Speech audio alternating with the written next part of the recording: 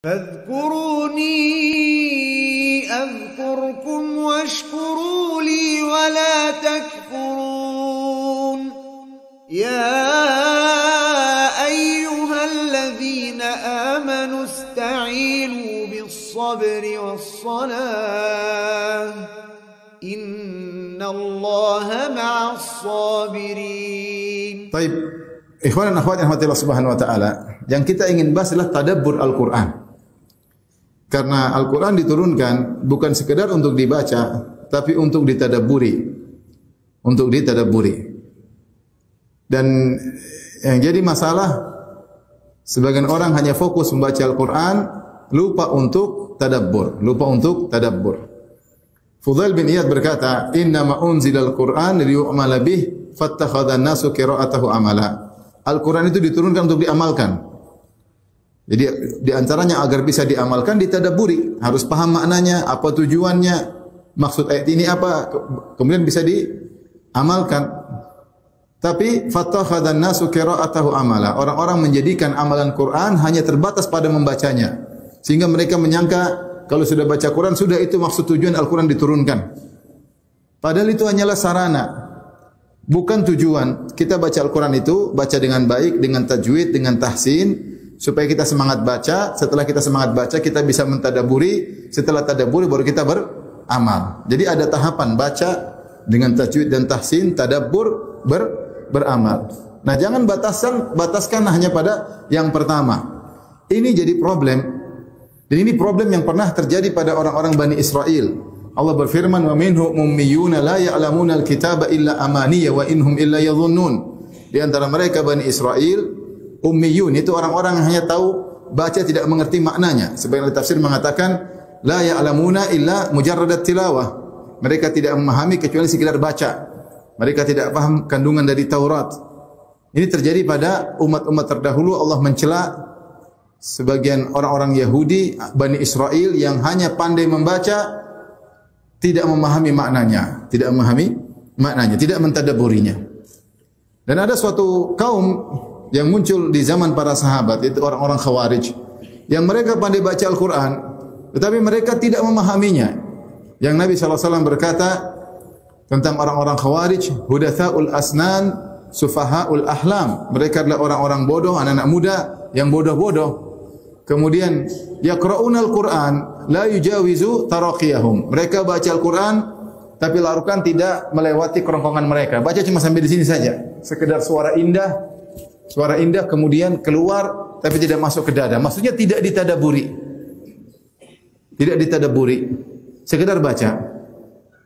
Ya, oleh karenanya kita harus merubah cara baca Al-Quran kita. Sudah luar biasa sekarang hidup semarak baca Quran, hafal Quran, baca Quran, hafal Quran. Anak-anak kita semangati hafal Quran. Bahkan saya ingat, kamu ini yang paling jago hafal Quran, yang paling bagus tajwidnya, ini sanad-sanadnya, ini bagus. Tapi ini baru tahapan pertama. Tahapan pertama. Ketika seorang berlebih-lebihan pada tahapan pertama, sibuk dengan baca Quran, tajwid dan macam-macam, hingga lupa untuk mentadabburi ayatnya, maka ini bermasalah. Bahkan sebagian ulama, ya, bagaimana dikatakan oleh Ibnul Jauzi dalam Talbis Iblis, seorang sibuk memperbaiki tajwidnya sampai berlebih-lebihan dalam tajwid, sehingga lupa dari tujuan belajar tajwid adalah untuk apa? Tadabbur. Saya ulangi, Al-Quran itu baca, kita belajar tajwidnya. Bagus atau tidak? Bagus. Setelah tajwid, tujuannya untuk bisa tadabbur. Beda orang kalau pintar tajwid atau bisa Quran dengan tajwid dengan yang tidak bisa tajwid. Kalau yang pintar tajwid, dia semangat baca Quran. Jadi memahami ilmu tajwid itu membantu orang semangat baca Al-Quran. Baca Al-Quran dengan dilagukan, ini membantu orang semangat baca Quran. Tapi bukan itu tujuan utamanya, itu baru langkah pertama. Langkah kedua adalah mentadabburinya. Dengan tadabbur kita bisa mengamalkannya, baik mengamalkan secara zahir maupun mengamalkan secara batin. Maka jangan dibatasi pada tahapan pertama. Inilah yang Allah tegur orang-orang Bani Israel yang hanya sekedar mujarradat tilawah, hanya sekedar baca. Inilah yang Allah isyaratkan kepada orang-orang Khawarij yang mereka hafal Quran. Mereka hafal Quran, tapi mereka tidak paham apa maknanya. La yujawizu taraqiyahum, tidak melewati turquwah ini. Tidak melewati selangkangan mereka. Ini sampai di sini aja, bacanya indah, dilantunkan berulang-ulang, tapi tidak masuk ke dada. Ya. Maka kita harus ikut manhaj para sahabat. Apa kata salah seorang sahabat? Bahwasanya para sahabat dahulu, ya, mereka menghafal 10 ayat, kemudian mereka tidak melampaui 10 ayat, ya. Ya ahaduhum la yahfaz asyrat ayat, ya. Dan mereka tidak melampaui 10 ayat hatta ya'lama minha minal ilmi wal amal, sampai mereka paham ilmunya dan amalnya, baru mereka lanjut lagi hafal 10 ayat berikutnya. Itu metode para sahabat. Makanya kalau di antara sahabat ada yang hafal surat Al-Baqarah, maka dia pasti orang alim. Dia pasti orang alim. Karena metode mereka belajar 10 ayat, pahami makna, mengamalkan, lanjut lagi 10 ayat, dan demikian. Apa kata Ibnu Mas'ud radhiyallahu taala anhu? La tahuzzu al-Qur'ana hadza syi'r wa la tansuruhu nasra daqal wa qifu inda ajaibihi wa harriku bihil qulub wa la yakun hammu ahadikum akhir surah. Janganlah kalian baca Quran seperti syair, enggak. Ya. Tetapi kata beliau, qifu inda ajaibihi, berhentilah pada keajaiban-keajaiban Al-Quran, itu berusaha. Wa harriku bihil qulub, gerakan hati. Gerakan ini maksudnya ayatnya apa? Gerakan, diulang. Sampai Rasulullah SAW pernah semalam suntuk membaca satu ayat, ya. In tu'adzibuhum fa innahum ibaduk. Ayat dalam surat Al-Maidah. Rasulullah ulangi satu ayat. Jadi jangan, kemudian kata beliau, wala yakun hammu ahadikum akhir surah. Janganlah semangat kalian yang penting akhir surat, yang penting selesai. Benar kita ada target khatam Quran. Tapi bukan berarti kemudian fokus ke khatam sehingga lupa daripada tujuan kita baca Quran adalah untuk mentadaburi. Karena bilang Ustaz, para salaf dahulu diriwayatkan mereka ada yang khatam Quran 3 hari sekali bulan Ramadan. Benar. Ada yang 2 hari sekali khatam Quran. Ada yang sehari sekali khatam Quran. Bahkan diriwayatkan dari Imam Syafi'i, dia khatam Quran sehari 2 kali, rahimahullahu taala. Dan kalau kita praktekkan memang bisa, karena Al-Quran itu 8 jam, kalau orang bacaannya bagus bisa selesai. Tetapi itu Imam Syafi'i. Imam Syafi'i ketika baca Quran semua tafsir di kepalanya. Paham? Semua tafsir di kepalanya. Itu baca Quran, baca A, I, U, E, O aja belum jelas. Enggak ada tafsir di kepala. Maka beda antara kita dengan mereka. Mereka sudah paham tafsir. Sehingga kita mereka baca tuh sambil baca itu tafsir semua mengikuti apa yang mereka baca. Adapun secara umum hendaknya kita baca dengan tadabbur, berusaha memahami pelan-pelan, ya. Yang penting kan kita, jadi maksud saya rubah cara pikir kita, jangan hanya kuantitas. Sekarang kita mulai berpikir kualitas. Kualitas bacaan. Kualitas bacaan itulah tadabbur. Apa maksud ayat ini? Tujuannya apa? Nah, itu yang kita mau bahas pada siang hari ini. Tapi saya akan sebutkan dalil-dalil tentang pentingnya tadabbur. Yang pertama, bahwasanya tujuan Al-Quran adalah untuk ditadabburi, bukan sekedar dibaca. Allah berfirman, afala yatadabbaruna al-Quran walau kana min 'indi ghairillahi lawajadu fi ikhtilafan katsira. Kenapa mereka tidak mentadabburi Al-Quran? Seandainya Al-Quran itu dari selain Allah, tentu akan didapati kontradiksi yang banyak dalam ayat-ayat Allah. Maka untuk bisa mengetahui Al-Quran ada kontradiksi atau tidak, harus tadabburi, dipahami. Oh, ternyata tidak ada kontradiksi. Ini konsekuensi, harusnya sekedar baca aja nggak bisa, tapi kalau memahami, dibaca, direnungkan, diperhatikan, ternyata tidak ada kontradiksi sama sekali dalam Al-Quran. Dalam ayat yang lain kata Allah, afala yatadabbaruna al-Quran am ala qulubin aqfaluha. Apakah mereka tidak mentadabburi Al-Quran ataukah ada gembok di hati mereka? Mereka dengar tapi tidak memahami. Rasulullah bacakan Al-Quran banyak di hadapan orang Quraisy sampai ke telinga mereka, namun mereka tidak memahami. Seakan-akan ada gembok yang menggembok hati mereka, sehingga Al-Quran tidak bisa menembus dalam hati mereka. Makanya Allah mengatakan, am ala qulubin aqfaluha. Ataukah ada gembok? Harusnya kalau mereka tadabbur bisa. Cuma orang Quraisy tidak mau tadabbur. Mereka dengar angin lalu, masuk telinga kanan, keluar telinga kiri. Bahkan belum masuk telinga sudah keluar. Kalau mereka mentadabburi, itu gembok akan pecah. Allah mengatakan, walau anzalna hadzal Qur'ana ala jabalin la ra'aitahu khashi'an mutasaddian min khasyatillah.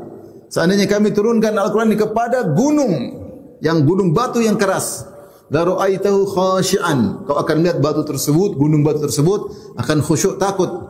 mutasaddian, akan hancur min khasyatillah. Karena takut kepada Allah Subhanahu wa taala. Wa tilkal amsal nadribuha lin-nasi la'allahum yatafakkarun. Dan demikianlah perumpamaan kami berikan kepada manusia agar mereka berfikir.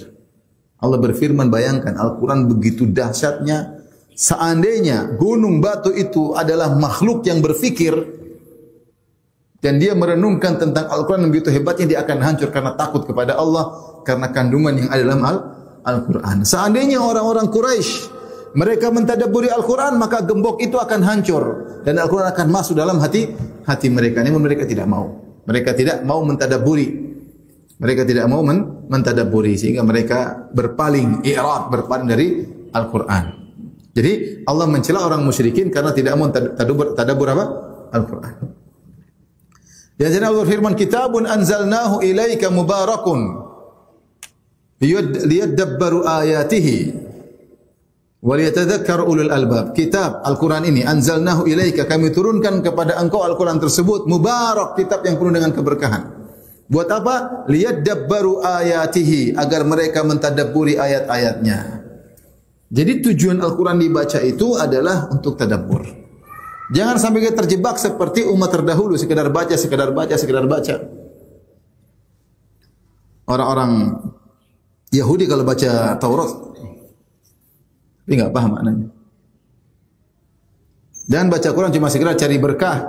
Benar Al-Quran ada berkahnya, tapi tahapan satu. Ada tahapan berikutnya. Tahapan pertama tajwid, setiap huruf ada berkah, cari pahala, benar. Tahapan kedua, jangan lupa, untuk ditadabburi, untuk sampai pada tahapan ketiga untuk diamalkan. Maka jangan dibatasi pada tahapan pertama. Ini ayat-ayat yang menunjukkan bahwasanya Al-Quran tujuannya ditadabburi. Kita sebut tadi 3 ayat. Taib. Ada syawahid, yaitu hal-hal yang mendukung akan hal ini, bahwa tujuan Al-Quran adalah untuk ditadabburi. Pertama, Allah berfirman tentang Nabi SAW. La tuharrik lisanaka lita'jala bih. Inna alaina jam'ahu wa qur'ana. Ketika malaikat Jibril mendiktekan Al-Quran kepada Nabi SAW, Nabi bersegera untuk menghafal. Nabi takut lupa. Maka Allah tegur Rasulullah SAW. Kata Allah, la tuharrik lisanaka. Jangan kau gerak lisan, dengerin aja. La tuharrik lisanaka lita'jala bi, agar kau segera untuk menghafalkannya, enggak usah. Inna alaina jam'ahu wa qur'ana, kami yang akan buat bisa engkau mengerti dalam dirimu, yang kau bisa hafal, kami yang tanggung jawab kami. Di sini Allah menegur Nabi agar tidak tergesa-gesa baca Al-Quran. Dengar aja yang disampaikan oleh apa? Jibril, jangan langsung diikuti. Allah juga berfirman dalam Al-Quran, Taha, wa la ta'jal bil Qur'ani min qabli an yuqdha ilaika wahyuh. Wa qur rabbi zidni ilma. Dan janganlah engkau bersegera untuk baca Al-Quran sebelum selesai wahyunya. Tapi berdoalah, wa qur rabbi zidni ilma, ya Rabbku, tambahkanlah ilmu kepadaku. Ya. Jadi Al-Quran Nabi disuruh baca dengan tartil, tidak buru-buru. Ketika Jibril menyampaikan wahyu, Rasulullah dengar, tidak usah diikuti dulu, dengar dulu, agar bisa dipahami dengan baik. Nanti Allah yang bikin Rasulullah SAW paham. Ini isyarat bahwa si Al-Quran itu ditadabburi, didengar dengan baik, disimak dengan baik. Makanya ketika Allah berkata kepada Nabi Musa, Allah berkata, Innani ana Allahu la ilaha illa ana fa'budni wa aqimi sholata dzikri. Kata Allah Subhanahu wa ta'ala, fastami' lima yuha. Fakhna'na 'alaika innaka bil wadil muqaddasi tuwa wa ana ikhtartuka fastami' lima yuha. Aku telah memilih engkau wahai Musa, fastami', istima'lah, dengarlah, simaklah, lima yuha, kepada apa yang akan diwahyukan kepadamu. Ya, maka Al-Quran itu didengar dengan tenang, ditadabburi, disimak. Bukan sekedar dibaca enggak, dipahami dengan baik. Demikian juga ada hikmahnya Allah Subhanahu wa taala turunkan Al-Quran secara bertahap. Kata Allah, wa Qur'anan faraqnahu litaqra'ahu 'alan nasi 'ala mukthin wa nazzalnahu tanzila. Kami turunkan Al-Quran secara berangsur-angsur. Wa Qur'anan faraqnahu litaqra'ahu 'alan nasi 'ala mukthin, agar kau bacakan Al-Quran kepada manusia dengan bertahap, pelan-pelan. Kalau Al-Quran sekaligus susah untuk dipahami, tapi ada masalah, ada ayat, sehingga ayat tersebut benar-benar dipahami dengan dalam. ada masalah turun ayat sehingga ayat tersebut benar-benar dipahami oleh para sahabat. Makanya orang yang paling paham Al-Quran para sahabat karena mereka tahu ayat tersebut turun tentang kasus yang sedang mereka hadapi. Turun ayat perlahan, turun surat perlahan, turun ayat satu demi satu. Tidak sekaligus. Makanya ketika orang kafir minta, kenapa Al-Quran tidak diturunkan sekaligus? Wa qala alladziina kafaru laula nuzzila hadzal Qur'an, laula nuzzila alaihi hadzal Qur'anu jumlatan wahidah. Kadzalika nutsabbita bihi fuadaka wa rattalnahu tartila. Berkata orang-orang kafir, kenapa Al-Quran tidak diturunkan sekaligus? Ya. Selesai sekaligus. Allah mengatakan tidak, ya. Kadzalika linutsabbita bihi fuada. Kami turunkan pelan-pelan agar mengkokohkan hatimu. Wa rattalnahu tartila, dan kami tartilkan kepada engkau dengan pelan-pelan. Al-Quran dibaca dengan tartil. Kenapa disuruh baca dengan tartil? Agar kita paham maksudnya.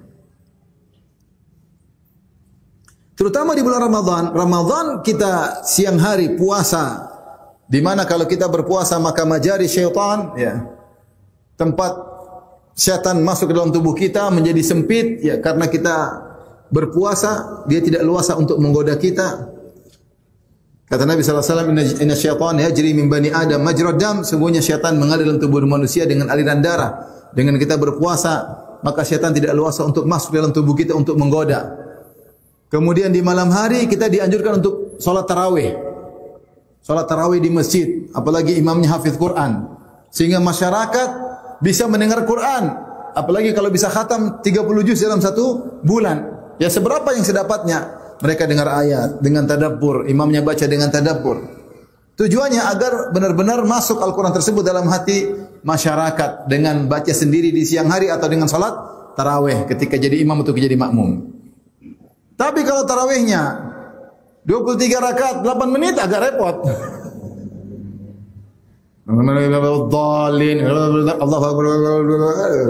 Gimana mau di ini ngejar target? Sampai ada yang bilang solat di sana masjid bagus, Al-Fatihah satu nafas. Saya bilang kurang keren. Ada enggak Al-Baqarah satu nafas? Saya mau solat di situ. Al-Baqarah satu nafas. Kalau ada saya mau solat di situ. Apa itu tujuan Al-Quran? Itu apa tujuannya? Tujuannya tadabbur. Tadabbur bukan begitu. Kita ini mau kuantitas atau kualitas. Kita ingin kalaupun kuantitas tapi yang berkualitas. Jangan kuantitas tanpa berkualitas. Harus kita rubah mindset kita sekarang. Harus rubah. Agar kita menikmati Al-Quran, berlezat-lezat dengan Al-Quran. Kita baca-baca Al-Quran tapi cuma begitu aja. Sampai kenyataan kita dapat. Orang baca Quran, orang paling fajir. Baca Quran tapi fajir. Baca Quran tapi tukang maksiat, baca Quran tapi tukang ini, ngeri. Karena Quran cuma dibaca, sekedar seperti pekerjaan, hafal sanad. Sebagian ngaco, ya. Tidak ada praktek Al-Quran dalam kehidupannya. Apakah ada orang seperti itu? Ada. Rasulullah sebutkan dalam hadis ada orang diazab di kuburan, Allah berikan Al-Quran tidak diamalkan.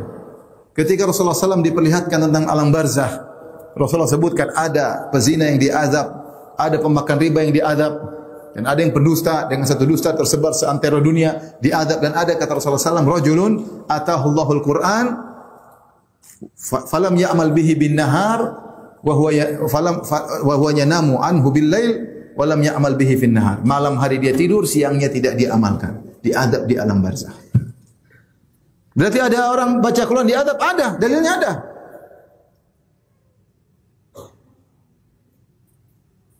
Subhanallah.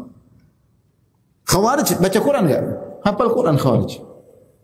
Oleh karenanya kita berusaha bukan cuma kuantitas. Saya khatam Quran bulan Ramadan sekian kali. Oke, enggak apa-apa kalau berkualitas oke, tapi kalau tidak berkualitas masalahnya kurang bagus. Makanya kata Ibnu Qayyim rahimahullah taala, qira'atu ayatin wahidatin bitafahumin wa ta'aqqulin wa tadabburin khairun min khatmah. Satu ayat saja kita baca dengan tadabbur, dengan ta'akul, berusaha memahami, tafahum, lebih baik daripada khatam Quran tapi tidak ngerti maknanya. Satu ayat. Kenapa satu ayat kita baca nambah iman, nambah kualitas iman kita. Ada ilmu yang kita tambahkan. Wa qur rabbi zidni ilma. Ya Allah tambahkan ilmu. Ini antara ilmu Al-Quran.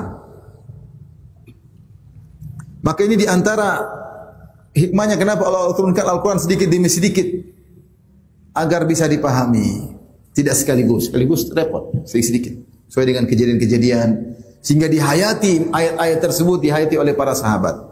Demikian juga Allah berfirman, Allahu nazzala ahsanal hadithi kitaban mutasyabihan, mathaniya.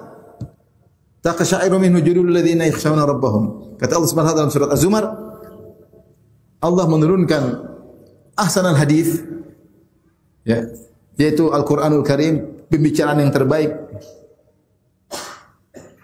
Mutasyabihan, yang ayatnya mirip-mirip, semuanya ayatnya indah luar biasa, semuanya mukjizat. Kemudian kata Allah, mathaniya, yang kami ulang-ulang.